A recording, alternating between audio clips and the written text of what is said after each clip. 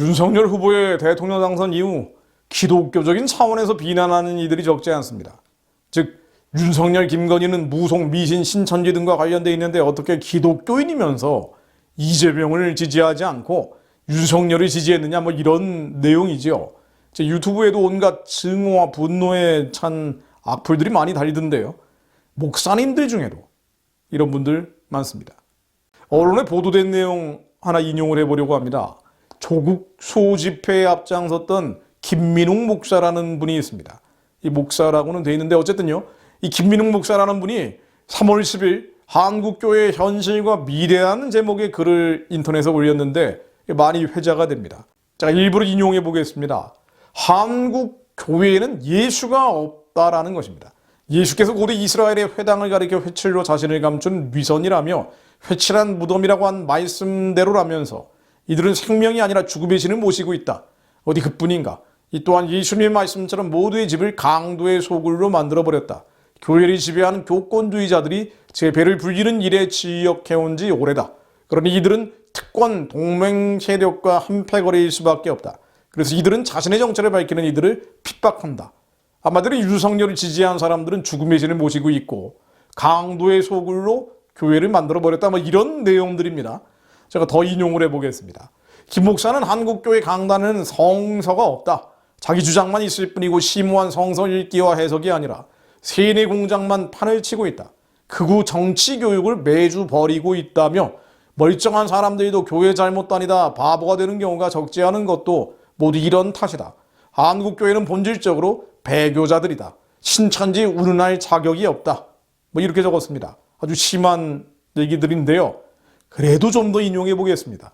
그는 그럼에도 교주를 정점으로 하는 교권주의 집단 신천지에 대해 이번 대선에서 정면으로 대결하지 않았다면서 이단 시비는 교권주의가 지배하는 시장 독점을 침해하는 자들에 대한 낙인이 되고 있을 뿐이다. 신천지의 정치 난입에 대해 명백히 반대하고 이들 신천지의 지지를 받는 후보를 질타해야 했으나 함께 놀았다. 그리 자신이 신천지가 되고 말았다고 질타했습니다. 김 목사는 또 주술 정치에 이르면 할 말이 없을 정도다. 주술과 권력이 하나가 되자 입을 다문다면서 개인의 영역 운운하면서 주술 정치의 폐해를 누가 가장 크게 입을지 아무 염려 없는 기이한 집단이 되어버렸다. 교회가 이미 주술 집단이기 때문이다. 저 혼자 잘 먹고 잘 살게 해달라는 기복신앙과 주술의 원리는 다르지 않다라고 했습니다. 또 한국교회는 권력에 아부하고 가난한 이들을 멸시하며 이들과 함께하는 예수의 제자들을 멸시하고 핍박한다며 교회는 평화와 생명의 십자가는 없고 전쟁의 선봉 십자가만 있다는 말이 옳다고 했습니다. 학자 출신답게 말을 아주 현학적이고 현란하게 적어놨는데요. 일부의 팩트가 있습니다. 그런데 원래 과장과 왜곡은 일부의 팩트를 근거로 가미하는 것이죠. 이 내로남불의 시각 역시 마찬가지입니다. 자, 제가 길게 인용을 해봤습니다만은 워낙 이런 주장을 하는 사람들이 많기 때문에 인용을 한 것인데요. 정리해보면 이렇습니다. 윤석열 신천지 논란은 추미애 당시 법무장관의 신천지 압수수색 지시를 대검이, 즉 윤석열의 검찰이 거부했다. 이러면서 특정 매체에 보도된 것인데요. 실제는 전혀 다른 내용이지요. 추미애 당시 장관이 신천지 압수수색 지시를 한 것은 맞지만 이걸 거부한 것은 문재인 정권의 방역당국이었습니다. 이 방역이 도움이 안 된다. 그런 식으로 하면 안 된다라고 공식적인 기자 브리핑까지 했었죠. 당시 대검은 문재인 정권의 방역당국 의견을 반영해서 수사를 진행을 했고요. 이 압수수색 여부와 무관하게 신천지에 대한 강경한 수사가 이루어졌습니다. 그것은 아마도 검찰이건 방역당국이건 문재인 정권의 방역 실패를 전가할 어떤 대상이 필요했기 때문일 겁니다. 그리고 윤석열 검찰은 2020년 8월 결국 이만희 교주를 구속하기에 이릅니다. 한마디로 윤석열과 신천지를 엮는 것은 근거를 찾기 어려운 해프닝 중에 해프닝입니다.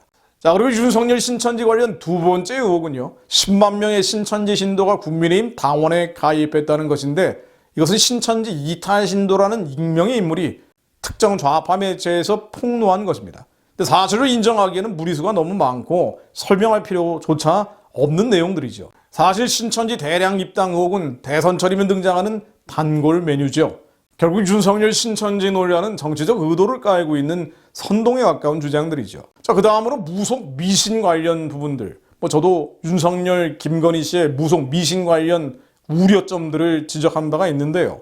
이 주변의 법사, 도사, 승려 등 이 논란이 계속되어 왔다는 거죠. 다만 확인된 팩트는 사실 적고요. TV 토론에 왕자 손바닥이 나왔다는 것만 드러났습니다. 아마 이 염려가 실제가 된다면 좀 우리가 염려하고 있는 것인데 이것이 실제로 윤석열 정권에 반영이 된다면 윤석열 정권은 심각한 위기에 봉착할 수밖에 없습니다. 정리해 보겠습니다. 무속 미신은 하나님이 가증히 여기는 것입니다. 당연히 정치인들의 무속 미신은 중단되고 끊어져야 될 내용입니다. 레위기 19장 26절로 너희는 무엇이든지 핏째 먹지 말며 복수를 하지 말며 술수를 행치 말며라고 되어 있습니다. 그러므로 이번 대통령 선거를 거치면서 정치와 무속 미신이 단절돼서 한 단계 거룩해지는 계기가 마련될 수 있기를 기도해야 합니다. 자, 그런데 무속 미신 논란은 여러 차례 저도 유튜브에 올렸지만은요. 이재명 후보도 피해갈 수 없는 부분일 뿐 아니라 오히려 더 구체적으로 드러난 내용들이 많다는 겁니다. 지난해 12월 31일 이재명 후보 당선을 기원하는 근해 작두굿 행사가 열렸다고 조선일보에 보도된 바가 있죠. 그 나흘 후인 1월 4일에는 이 작두굿의 공동 주최자였던 A씨가 민주당 선거대책위원회 4050위원회 종교본부 상임고문에 임명되기도 했습니다. 이 제사 현장에는 코로나 극복 및 국태민안기원제, 이재명의 국민과 함께 대선 승리라고 적힌 대형 현수막이 걸렸었고요. 통째로 삶은 소 1마리, 돼지 7마리가 제물로 바쳐졌습니다. 제사에는 천지신명 축원굿, 용신 천왕굿, 불사굿, 신왕굿, 당산굿, 근해 작두굿 순서로 진행됐는데 한 무속인 참가자는 현수막 긁기 그대로 이 후보의 대통령 당선을 기원하는 곳이었다고 밝혔다고 소개했습니다. 물론 민주당은 3월 5일 이재명 대선 후보가 대선 승리를 위해 구판을 벌였다는 내용의 글을 올린 작성자를 검찰에 고발했다고 밝혔지만은요, 이 내용을 좀 더 들여다보면 이재명이 구판을 벌였다는 부분이 고발당한 것이지 이재명 당선을 위해 구술을 했다고 보도를 한 조선일보가 고발된 것이 아닙니다. 즉 이재명이 구판을 벌인 건 아니겠지만 이재명 당선을 위한 구판이 벌어진 것은 사실이라는 것이죠. 그렇다면 되물어보지 않을 수 없습니다. 무속 미신과 관련된 사람이 도대체 누굽니까?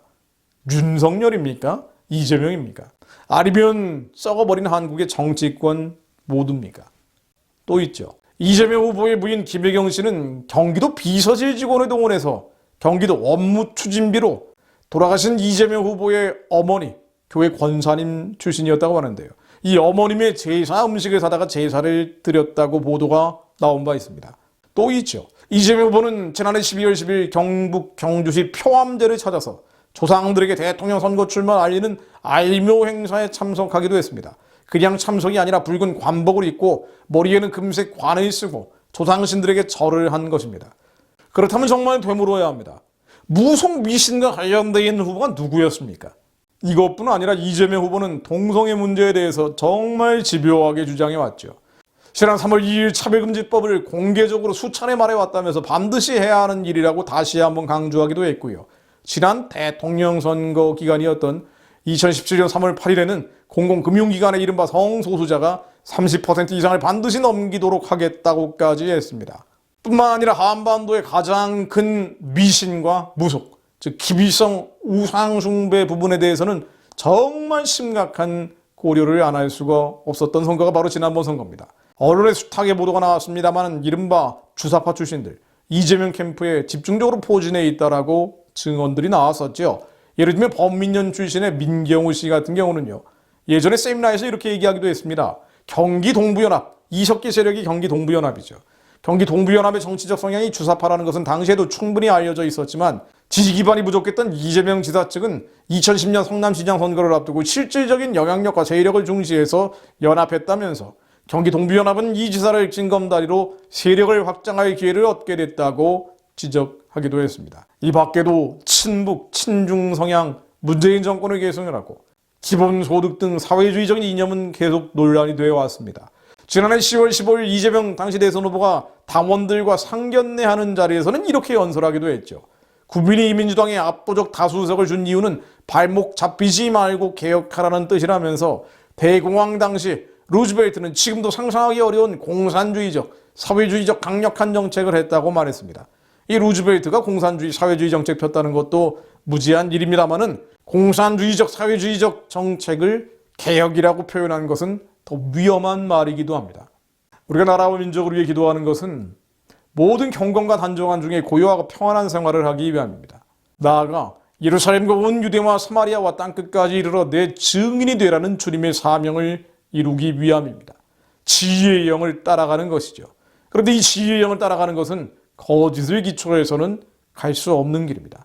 그리스도인들이 미확인 첩보, 불확실한 낭설들을 가지고 한쪽 이념에 이데올로기에 치우쳐 있는 정치 선동을 따라서 거짓을 기초로 하나님의 뜻을 이루겠다는 것은 옳지 않은 일입니다. 한국 교회에 하나님의 선하고 이쁘고 온전하신 뜻이 무엇인지 분별하여 알고 주님의 일을 감당할 예수의 군대가 일어날 수 있기를 충고합니다. 우리가 담대하여 원하는 바는 차라리 몸을 떠나 주와 함께 있는 그것이라. 그러지 우리는 몸으로 있든지 떠나든지 주를 기쁘시게 하는 자가 되기를 힘쓰노라. 이는 우리가 다 반드시 그리스도 심판대 앞에 나타나게 되어 각각 선악간에 그 몸으로 행한 것을 따라 받으려 함이라. 하나님, 이 나라 민족이 그리스도인들 가운데 하나님을 기쁘시게 하는 자들이 일어날 수 있게 하옵소서.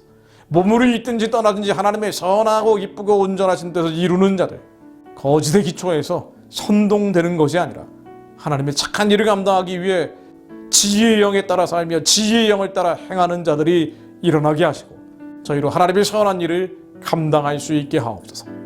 예수 그리스도 이름으로 기도드립니다. 아멘.